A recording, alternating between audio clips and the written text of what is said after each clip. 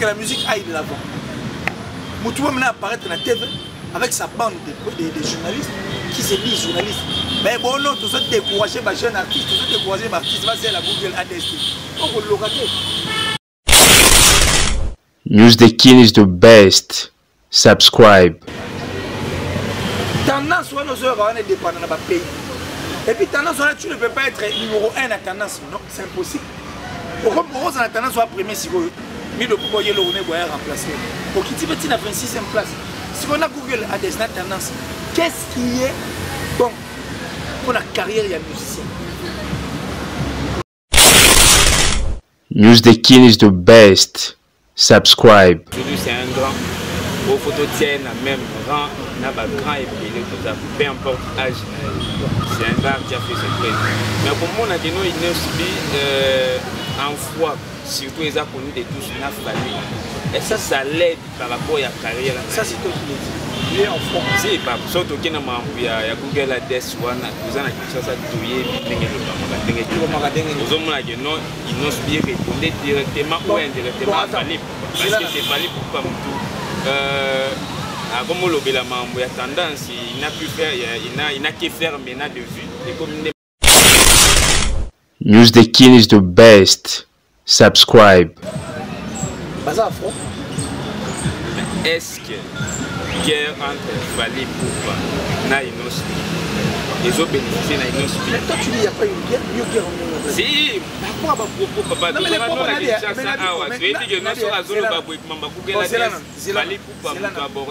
Mais aborder on peut bouger des aïeux. Et ça propriété privée n'a été. Alors pourquoi il nous a défait le répondre? Je te pose une question qui est simple. Moi je toi tu passes à la télé. Yo les gars na tefo le le romonga na monique marambo yo le beza ya moté.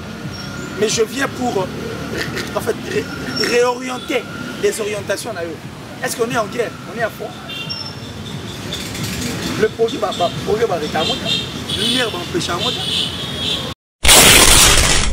News the King is the best. Subscribe. Bon, 15 22 chansons. Au foot, on va faire marana bat. Bacha aura pour diembe la tina. Certes, moi il a besoin de faire des habits mais il y a bon peut-être. Il y a mon peu pour la ça peut forcer Nino Pena. Album maniatia moi yemo. Il y a la confiance dans le mot. Ça c'est une force. Ça dit c'est un conseil. Et puis c'est comment dire c'est redonner en fait le coup et puis la force ça va jeune. N'a pas trop pas hésiter à reçoit l'album bango. Premier comme ça l'album. Azuris kaye mango yemo. Et la confiance. À éditer va t'apporter je sais qu'ils ça fait ça moi aussi je peux faire ça. Qu'aller dépenser de l'argent pour la featuring et tout pour venir faire le bruit ici pour toi poser à battre. News the King is the best. Subscribe. Album est pas non dire mon ma yoke les côtés les mazes. Ma tekita donc et me la main.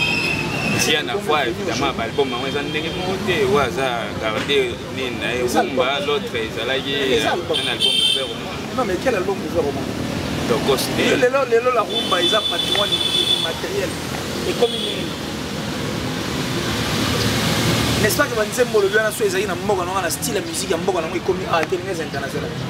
La musique elle est internationale. Une musique ouverte au monde et à la rater. Ça c'est une musique pour tous. C'est pas pour UNESCO on a reconnaître le droit patrimoine immatériel. Et puis c'est pas pour News the King is the best. Subscribe. Chanter ces chansons. Mais on a retrouvé des maisons mères cette chanson. Mais bien sûr, c'est héritier Watanabe. Je l'ai dit, la plateau. Complet plein et puis ambiance. Dans les jours à venir, vous direz que je t'ai ou je suis prophète. Sur le plateau d'héritier Iboula, dans le banc de ça va 200 à 6 ans. La seule personne qui peut faire ce que vous faisait ici, en République du Congo, dans la génération, c'est héritier. News the King is the best.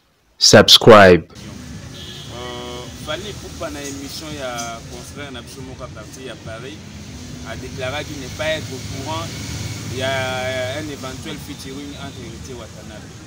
Héritier à partir à Sud-Afrique sur la même question à mon avis réponse wana net manque à respect il y a Fali Poupa envers et Et pour le moment où nous parlons, selon Wario, dans les réseaux sociaux, c'est comme s'il y a une guerre froide qui s'est installée entre ces deux artistes.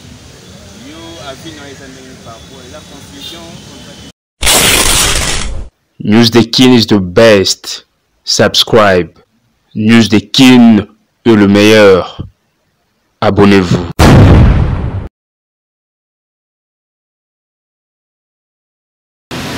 Voilà, très chers amis internautes, fidèles abonnés des News de King TV, vous qui nous suivez de partout dans le monde à travers cette chaîne en ligne, nous vous souhaitons des joyeuses fêtes et par l'occasion, moi, puis Walwachung, à votre homme de serviteur, vous présente le meilleur pour l'an 2022. Voilà, à travers ce énième numéro de Face à Piwell, nous recevons pour vous un confrère reconnu, bien sûr, pour la pertinence et la profondeur de ses analyses. Il s'agit bel et bien de Killer Kilesi. C'est avec lui que nous allons nous entretenir et parler sur l'actualité musicale congolaise. Donc avec Killer Kilesi, attendez-vous à des analyses vraiment pertinentes comme il se vient de faire. Alors, je m'en vais directement saluer mon invité. Bonjour Killer. Ah, bonjour Piwell. Bonne année, joyeuse fête. Merci. Merci Piwell. Merci pour ma dévotion. Certes, ici, nous sommes en train de fêter cette fête, mais au niveau de la paix, moi, on aurait appris qu'il y a eu il y a pas mal quand même. 26 la journée, voilà, il y a Noël. Et puis, au niveau de l'Est, nous avons parlé de beaucoup de choses. Je crois que ça fait toujours mal. Certes, au niveau de l'Est, il y a beaucoup de mission. Il y a des endroits où les gens font comme ils sont en train de le faire, il y a des endroits où les gens mangent, il y a des endroits où les gens sont en train de boire, ça c'est vrai. Et il y a aussi certains points où aussi. Oui, la vie. Voilà. Je crois que Biso Togo, jamais pour ça la fête, lorsque ça brûle en fait chez les voisins de nos appels dans la mémoire, parce qu'ils sont des Congolais. Alors on compatit avec toutes ces familles qui ont perdu leurs êtres chers, puisque ce sont des Congolais qui sont venus à ça. Et nous, des moyens, ces personnes qui chapeautent les décideurs et ces personnes qui nous gouvernent, de pouvoir voir les choses du bon côté. Et je pense que c'est ça la guerre, parce qu'on ne va pas continuer à écouter ces histoires tous les jours de notre vie, aussi longtemps que nous sommes avant la rate. Nous savions que notre pays est un pays où on a paix, où les Congolais ont des désorganités. Les Congolais ont même des difficultés à ça la mousse qui était passée. Ça dit soit Bomi Benata PC, à Rola la télé. Aujourd'hui, et au comme ça, les Congolais sont prêts à nous. Même si on soit à un niveau, tout le monde a méchanceté, aussi incroyable. On a plein de noms. Bien sûr que c'est un Congolais qui a poignardé un autre Congolais. Or, nous savions que dans le temps, pour Congolais, tu peux me trouver, là il passe. Congolais a reconnu comme une personne hospitalière. Donc l'hospitalité, c'est nous. Et je crois qu'il faut tomber dans le besoin de l'homme de Macambo. Total la paix, les choses du bon côté, enfin, côté de la politique. Alors, nos Congolais, c'est plus attristé dans la famille que faire avec les chaînes, nous sommes plus avec eux. Et je pense que, pour exemple, plus important, c'est la vie. Et on espère que tout ira bien. C'est un message très émouvant de la part de Killer Kilesi. Vraiment, nos frères de Béni, nous sommes de cœur avec nous. Et bien Killer, c'est un réseau sur la vérité. Si vous avez augmenté, je t'apprendrai qu'il y a beaucoup de 27 nous dit qu'on perd de mon corps et mon image à la musique à Congo à la personne du général de Faouma. On peut souvent apprendre de nouvelles Wana et quand tu l'as dit, personne n'a eu réaction. Moi je suis choqué, on a pile poil des balcons. À pile poil, parce que moi je ne peux pas dévoiler ma source d'information en tant que journaliste, mais du moins je suis bien entouré. C'est pourquoi j'ai toujours dit que nous avons milliardaire en esprit. Pauvre peut-être, même milliardaire en esprit.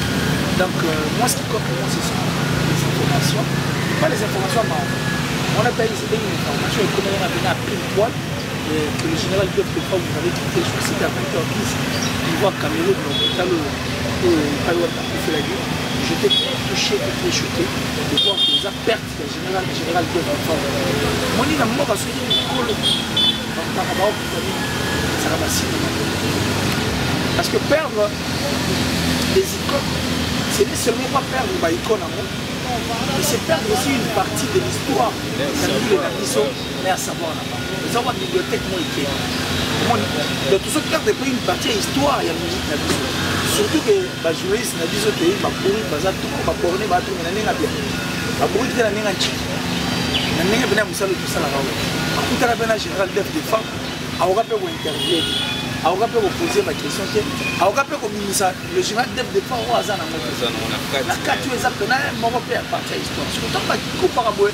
Ils ont rappelé intéressant parce que nous perdons aussi une partie de l'histoire de notre musique.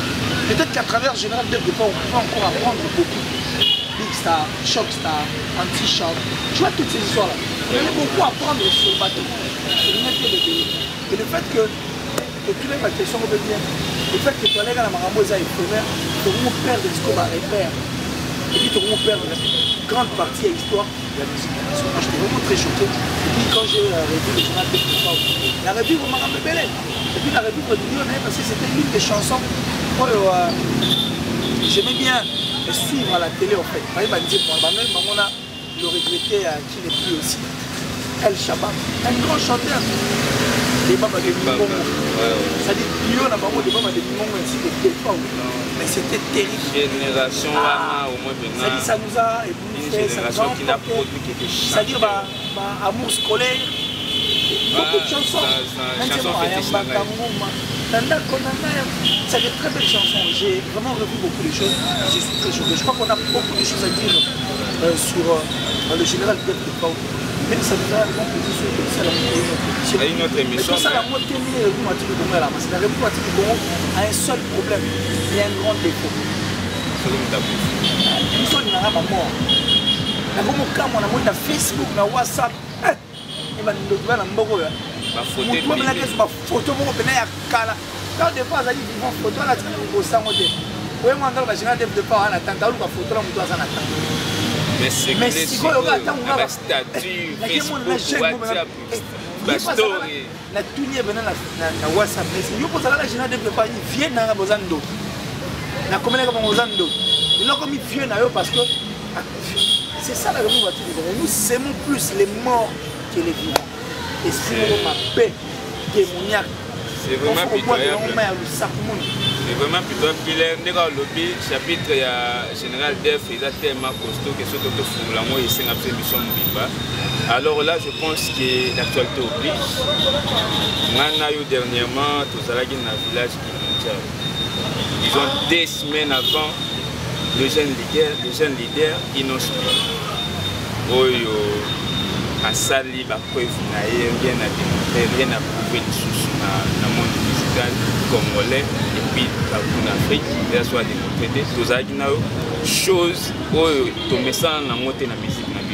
Donc, 2 semaines plus tôt, Inospi a annoncé sorti le premier album Mortel 06. Il faut préciser que c'est le premier album de Inospi. Parce que j'ai vu, c'est à cause des bruits de bornes, des gens qui n'aiment pas aller faire l'investigation.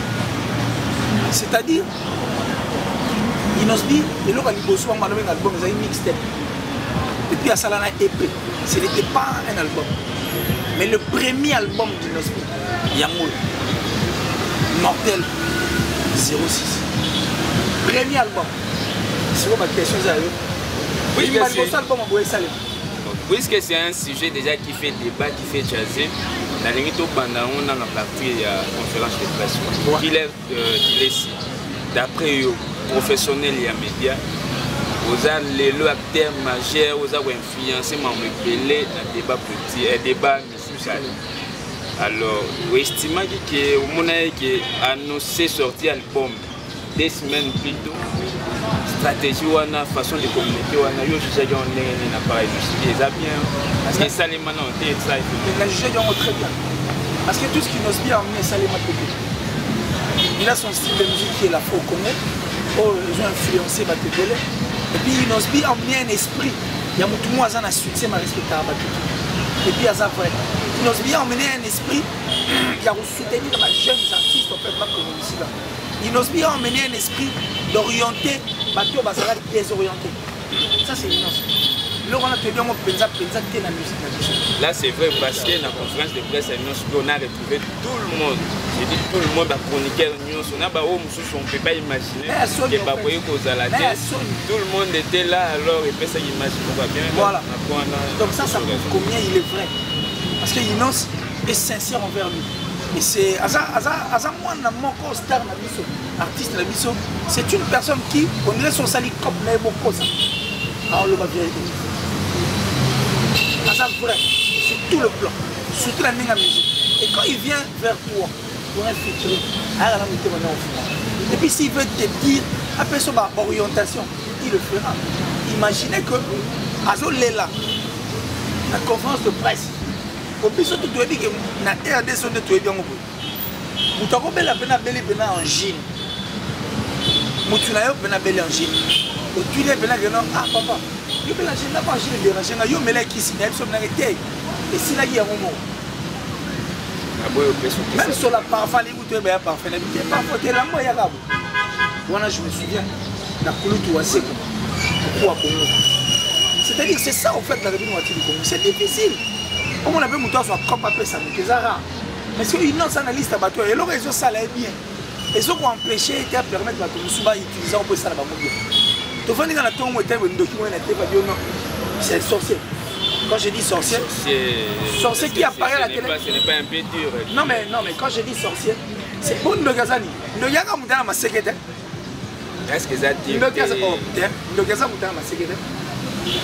Ndogaza Moto Azolinga abonné à mon abonné à mon ingate sorcier. Moi souvent Ndogaza Waza ma secrétaire. Pourquoi ça veut ma secrétaire qui a dit Mido, on va approcher mais tu es un sorcier. Quand ça te fait mal de Mido avance. Mon cœur a besoin de stage. Il y a encore un sorcier. C'est un stage pour devenir un sorcier. Stage à sorcellerie. Et ça mon thème à ma paix.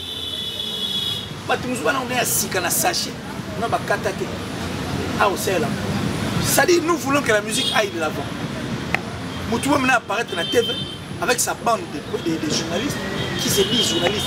Mais bon, non, tout ça décourager ma jeune artiste, tout ça décourager ma artiste, va c'est la Google ADST. On va le locater. Alors, moi, on a justement je veux que tu arrives là où tu arrives, je t'ai parlé par rapport à Inos. Oui, c'est par rapport à Inos, parce que moi, personnellement.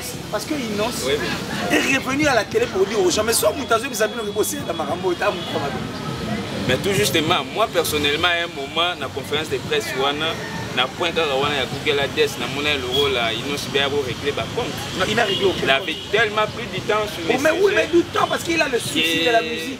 Nadia, Moutouaye na te vaso bon micro biso to c'est la tendance. Tendance on nos heures on est dépendant dans pays. Et puis tendance on tu ne peux pas être numéro 1 à tendance, non, c'est impossible. Pourquoi on a tendance à premier si vous mais le pourquoi il on est boire remplacer. Pour qui tu veux na 26e place.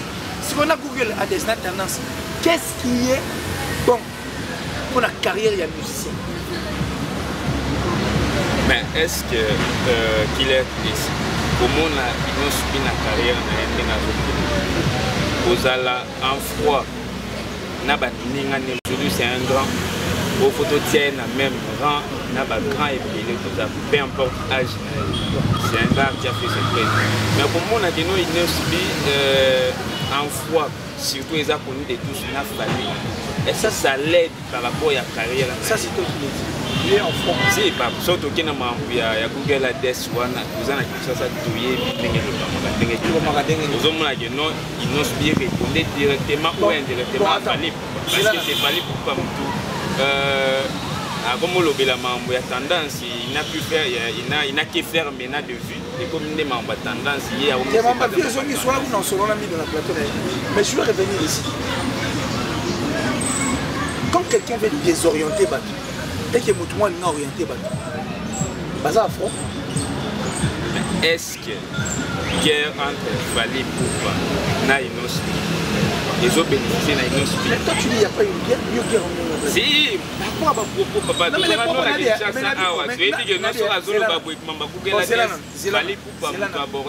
mais aborder on peut bouger des aïeux. Et ça propriété privée.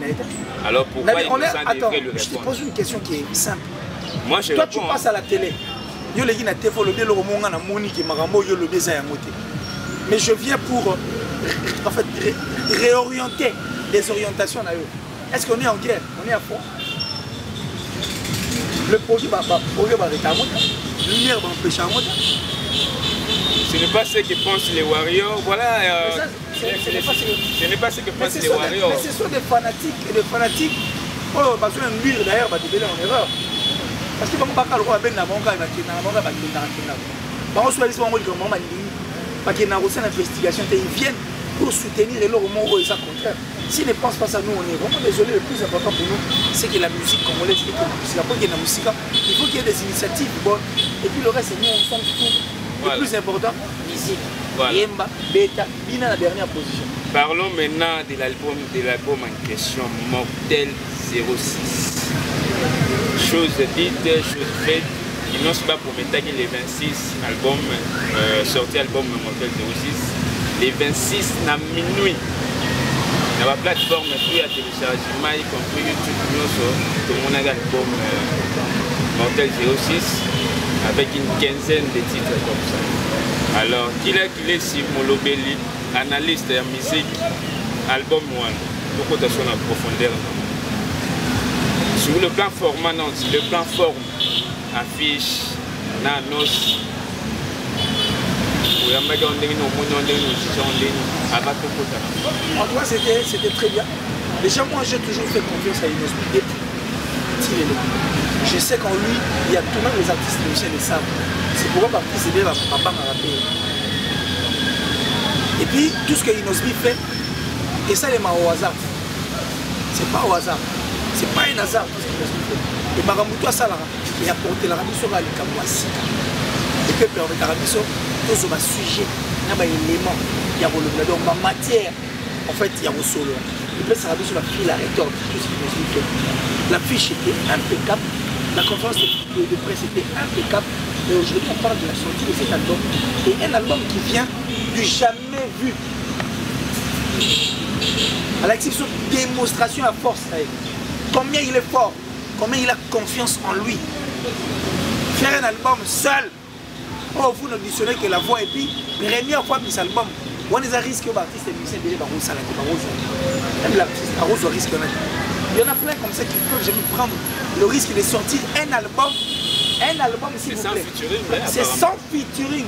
Et il n'ose bien chanter seul. Et puis il y a eu une diversité à Maram. On sentit que mon tutu a se retrouvé au sein de cet album. Et c'est de la fois comme un style propre à Inosbi. Ah, ça, il peut être capable de faire. Ouais, vas-y. On a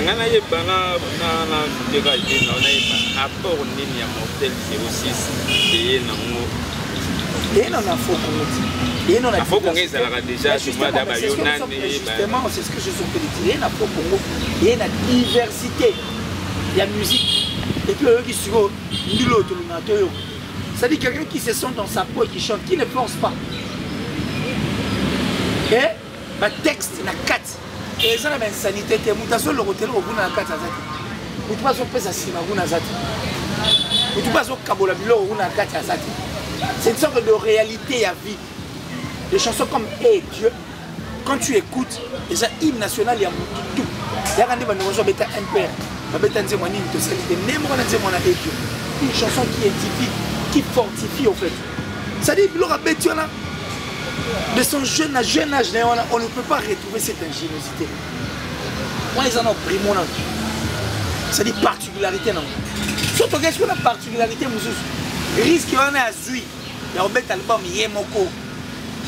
Il n'y a que lui qui a chanté. Est-ce que c'est une façon de défier la grande aéro sur l'album, mais nous les avons nous les avons défiés. Nous les avons défiés. Est-ce que ça a été que dans 6 mois ou quelques mois, tout le monde est monté de aussi disparaître? Comme les cas dans l'album je ne saurais citer, mais ils ont un album, mais après quelques temps, on n'entend plus parler. Justement, on est dans l'album Monsieur le Marché. Je ne pense pas que cet album va bêter la mot. Je ne pense pas à l'ingéniosité, je ne pense pas la grandeur d'esprit, en fait. L'esprit et l'âme qui se retrouvent dans cet album. Le roi est Dieu, l'intimité au livre. Je ne pense pas. Est-ce que tu vois Inos bien assurer la promotion de cet album? Parce que nous avons habitués à assurer promotion dans mon une quinzaine de chansons, même moment, c'est ça quand même des exercices. Pensez-vous vraiment qu'il sera à mesure de promouvoir toutes les chansons? Mais pourquoi vous avez dit que la conférence de presse? Il y a ça l'album qui est pro. À ça, non. Il n'est pas pressé, il est prêt. Alors, toi, il a vaincre l'érosion. Moi, je pense qu'il connaît la réalité de la musique de Bisso. Alors, il ne peut pas prendre le rythme. Il y a un risque de mettre un album. Il est capable de faire un peu d'Aïma. Il est capable de faire un peu d'Aïfana. Il est capable de faire un peu de featuring et précipiter Ngombi. Mais il ne l'a pas fait, il a pris le risque lui-même. Il a chanté ça, ça prouve d'abord l'esprit au hasard. Et puis ça prouve combien il est fort, ou combien il était prêt. Alors pour la promotion, je suis sûr qu'il y a quoi assurer la promotion. On peut sauter l'évolution déjà sur le plan net pour comprendre que c'est le mot évolué bien. Voilà, ça évolue. Mais à la grande surprise de tous, d'aucuns s'attendaient à ce que plus d'un s'attendait à ce que moi featuring les Anifkata na rebo soit carrément quand frère n'a fait rebo. Non mais c'est l'album. C'est un album, il a pris le risque. Il a d'abord confiance en lui. Alina Longano va t'expliquer par un album. Autour de l'album, 22 chansons. Au foot, on va featuring Marana Bat. Bacha aura pour Diembe, la Tina. C'est acte. Moi, il a mis autre featuring les habits, mais il y a bon peut-être. Il y a un peu pour la ça peut forcer Nino Pena. Album, mon maniatia, moi, il y a la confiance dans le mot. Ça, c'est une force. Ça dit, c'est un conseil. Et puis, c'est comment dire, c'est redonner en fait le coup et puis la force, ça va jeune. N'a pas tout pas hésiter à reçoit l'album. Première fois que tu as l'album, à Zurich, il y a et la confiance. À éditer, va t'apporter, je sais qu'ils n'ont pas fait ça, moi aussi je peux faire ça. Qu'aller dépenser de l'argent qu'on a, la featuring et tout, pour venir faire des bruits ici pour toi poser à battre. Moi je suis très content de voir ça. Merci, merci en tout cas là. Montel 06, félicitations à l'artiste. Très bon boulot pour les reconnaître. Alors nous changeons de chapitre pour parler cette fois-ci de la Punga Motona Temberité Watanabe. Le 18 décembre passé 2020, Abimisa qui sur le marché des disques albums Nae mis un jour démon. Tout le monde se comporte très bien le marché par Mouro et l'album. Ça sort les gars. Nabi Nayo, on est ça. Les hommes Nyora Moïse. Et moi le 18 décembre 2020. Album est pas non, c'est la mort. Ma yoke les côtés les masses. Ma tekita donc. Et mais la maille. Si on a fois évidemment l'album, on a un côté où on a gardé Nina et Zumba, l'autre est un album ouvert au monde. Non mais quel album ouvert au monde? Donc les la rumba, ils ont patrimoine matériel. Et comme n'est-ce pas que vous avez un style de musique comme international. La musique elle est internationale.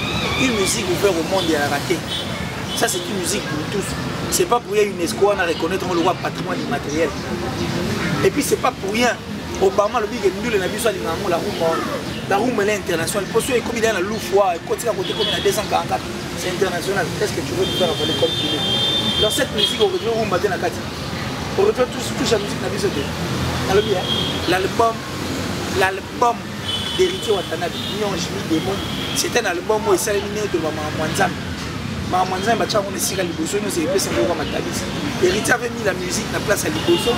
Il a eu à faire un album bien, de texte bon, et puis le rythme est bien.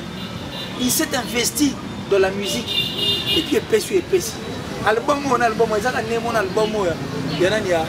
y a Davido. Davido ainsi que Wizkid a sorti un album Made in Lagos. Davido a mis un chant à succès, à Yves, un succès. C'est volatisé. Et les cas inaperçus, et aujourd'hui l'album de Wizkid paye cash. Et ça, c'est ma tour, il y a la tête. Alors ça, va sold out, il y a solo, vrai sold out. Où des stars viennent, il y a au coopéré, il y a producteur. Il livre de concert, il y a stade, il y a podium, il y a Katigati, podium, il y a pointé. Et ça dit demi-stade, tu veux venir importuner les gens. Non. Stade plein, ça dit un stade plein. Rempli de Parce que cet album a été bien. C'est comme ça avec Héritier. L'album paye cash. L'album on a tu vas retrouver la rumba. L'album on retrouve rumba. Puis l'album on retrouve ce genre de la musique on se va et il a aussi compris que non, mais ange, mais démon, réussite totale. Total. Parce qu'on a suivi avec toi les concerts il y a 26 décembre. Ça dit quelqu'un qui vient livrer un concert pour chanter ses chansons. Mais tu sais, on a retrouvé des maisons mères cette chansons. Mais bien sûr, c'est Héritier Watanabe. Je l'ai dit, dans le plateau. Complet, plein, et puis ambiance, dans les jours à venir, vous direz que je t'ai ou je suis prophète. Sur le plateau d'Héritier Iboula, dans le bon gros ça va 200 à 6 ans.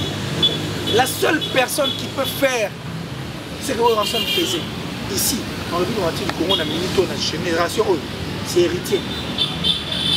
Parce que Héritier, c'est réunir toutes les personnes, tout le barrage, Jean Yabatou. Héritier, sur sa place, dans mon concert, il y a VIP, sur l'argent circulé. Sur une place, là où il y a des chèques, il sait maîtriser ma chèque. Ça dit classe, il y a tout Héritier aussi. C'est pourquoi moi je l'avais encouragé, j'ai dit, nous devons mettre un stade des héritiers. Où en n'étant pas dans le stade des martyrs, Héritier, il y a un sultan, dans les états comme les amis mystiques. Et puis à cette époque, Héritier Watanabe était parmi les musées, étant sous la seule. Oh, en Europe, pesé poids, mon libère, orchestre, et le monde à la maison. Alors, très chers amis, j'espère que cette émission fait un plaisir à Niclette Mbaou qui nous suit à partir de France.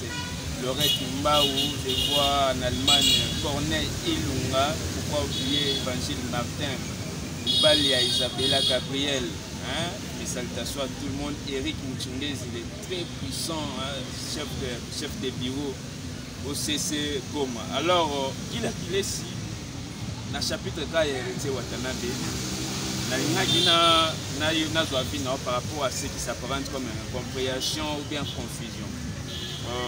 Fallait pour pas une émission il y a confrère Nabsomoka parti à Paris a déclaré qu'il n'est pas être au courant il y a un éventuel featuring entre Héritier Watanabe.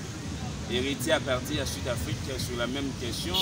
À mon avis, réponse nettement qui a respect, il a fallu pour en faire rien. Et pour le moment où nous parlons, selon Wario, dans les réseaux sociaux, c'est comme s'il y a une guerre froide qui s'est installée entre ces deux artistes. Yo a vu dans les années par rapport à la confusion, contradiction, incompréhension. Ce n'est pas une confusion ni une contradiction, c'est de l'orgueil en fait. L'orgueil et puis la prétention quand elle est trop dans une personne, c'est cause tout ça. C'est comme le soleil Inosbi a succès naé. Mais il n'a pas honte de m'appeler vieux. Arobé m'appelle vieux. Arobé m'appelle bateau, il soit bien vieux, je ne peux pas aussi le faire. Et ça ne fait rien. Voilà, Inosbi. Mais en étant star, et puis en étant une bonne personne, vraie culture à tout, à son orgueil, à son complexe et à sa prétentieuseté, ça passe normal. Ça, c'est de l'orgueil. Et puis, orgueil, on est tueur à musique. Et puis, c'est l'orgueil qui tue aussi l'artiste. Dès ça, featuring, il faut ça dans la Batalibanda. Et puis, il faut qu'il ait toujours dépensé de l'argent. Clairement, l'artiste musicien congolais, il a toujours. L'ingratitude est à côté. Entre l'artiste, l'artiste, c'est qui est plus ingrat. Oui, je vais le Ouais, Papa Chéri. Papa Chéri a ça là trop pour la carrière de l'artiste. Mais une fois on a plateau émission, on a tourné comme moi, JB, on a le montre. Maintenant, je vais notre Rolex. Il y a ça dans la montre. Pourquoi imaginez? C'est qui est ingrat et qui est plus ingrat. C'est-à-dire, son premier album, c'est le quartier latin qui a joué dans la maison mère. Parce que pour ton information, Serge m'avait un album. Bon, là, c'est toi qui m'apprends. Mais oui, Serge m'avait un album. DJ Jazz, tout ça. Ce sont des gens qui sont venus soutenir. Il faut l'école, me ta guitare. Ramazan. C'est le quartier latin. Et puis, c'est confirmé dès qu'il lui a donné l'orchestre. Il va mettre l'album. Mais on lui pose une question sur confirmé. Qui est ingrat? Rien, qui est ingrat? Pour que dans le contexte où on a, tout le monde a qui l'émission Moko, fallait pour tout un journaliste aussi pour conseiller. Moi, conseil par rapport à l'artiste, notamment Ferregola et les autres. Alors, il y a un problème. Mais récemment, là, en Côte d'Ivoire, on voit fallait pour cette fois-ci. Alors, non, ça ne va rien et là, on monte l'eau, ça va il y a une contradiction ou bien il y a une raison.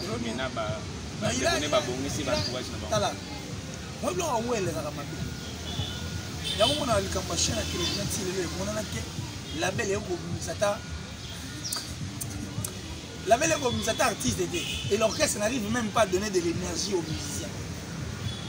Et ça pour nous. Et puis quand on pose la question au bureau, on la pega par l'impression qu'il nous donne. Il a compris. Il a compris beaucoup de choses. Et puis tant que moi, il est mal entouré. Il est mal entouré.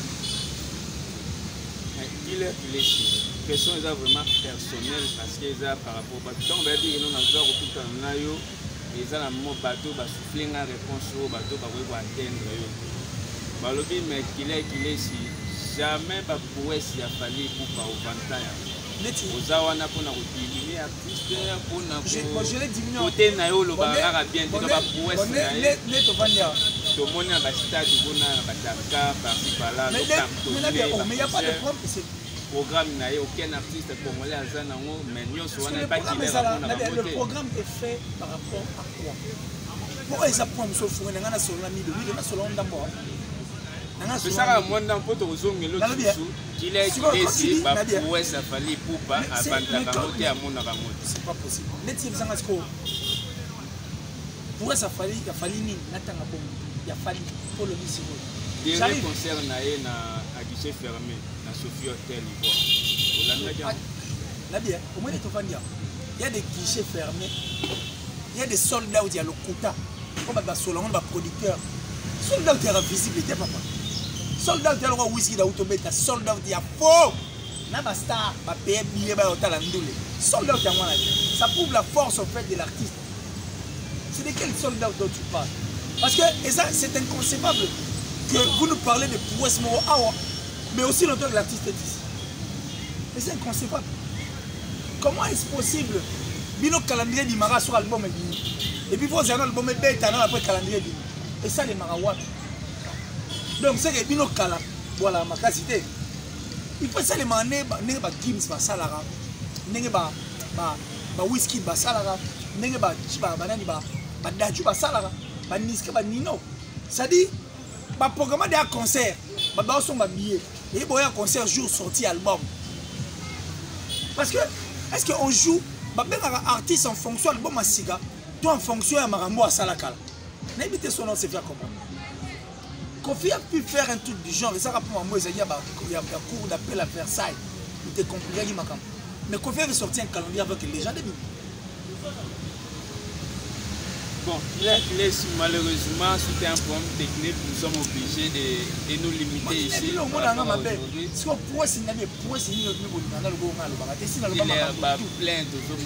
réseaux sociaux. Jamais pour le béni Marambo Héritier, si vous avez un artiste, il faut tout le monde un niveau à Makam. Aigle, star, on a demi-stade. Il faut mettre un concert de Diamond, un podium na katikati ya stade. On va grader tout le monde en tête. Oh, faut que ça dit podium fait na katikati ya stade. Ça c'est pour lui dire que ça c'est importuner, qui intimider les artistes qui sont c'est faire peur. Nous on va vieux et perturber la musique. Alors nous on a dit non mensonge. Sur le réserve vrai. Mais qui veut nous parler du concert, du fameux concert il y a Accord Arena. Aucune image. Et puis rien de spécial. Il veut faire ça. Nous on doit voir, par exemple, tout le monde a un acte, une image. Et puis il faut que tout le monde a grandi l'artiste. Ça c'est que nous, vous avez cop soldat, un producteur. Et ça c'est que vous avez un petit concert, il y a demi-stade. Vous voulez venir importer ça parce que vous avez un côté de vous avez un côté de polar. Pour l'heure, vous avez un parti politique. Non, c'est pas ce qu'on veut. Ça doit être un sold out, un sold out, non comme un whisky. L'artiste, il faut ça whisky. Merci beaucoup, Killer. Malheureusement, nous sommes obligés de couper. Voilà, ce qu'il est ici, il reste égal à lui-même. Et les propos de l'invité n'engagent que l'invité.